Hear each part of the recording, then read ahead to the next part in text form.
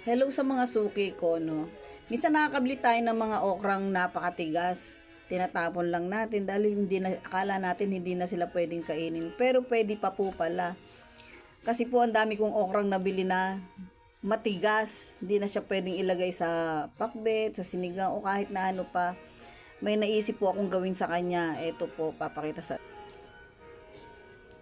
O nakita niyo po itong talong na to, napakatigas. Ayan, napakatigas.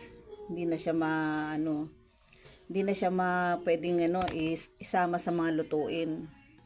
Ang ginawa ko, hiniwa ko siya ganito. Tinanggal ko lang yung buto. Tapos gumawa ako ng butter. Ito, ayan, gumawa po ako ng butter niya, yan. May itlog, harina, cornstarch, basta may timpla na siya.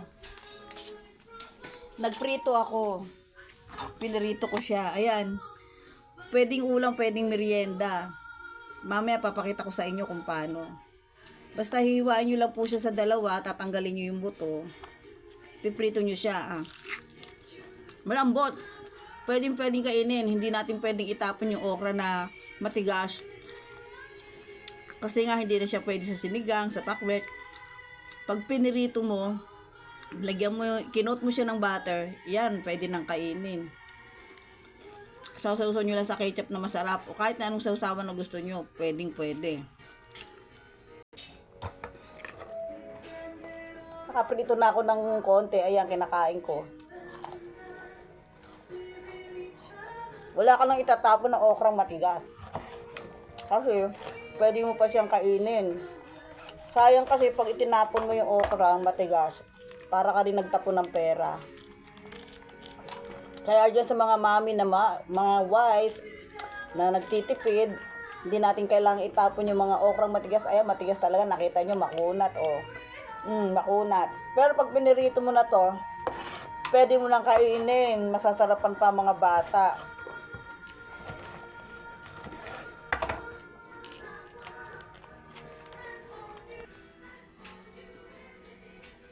Ito na yung okra, oh.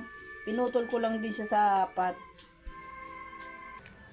Ayan, nagpapainit na tayo ng mantika.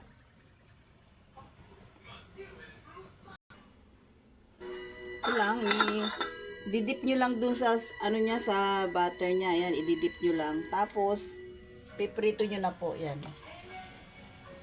Piprito nyo na po siya. Ito na yung finished product natin na piniritong okra. Na matigas, pag pinirito mo, lumalambot, pwede pang kainin. Walang sayang na pera.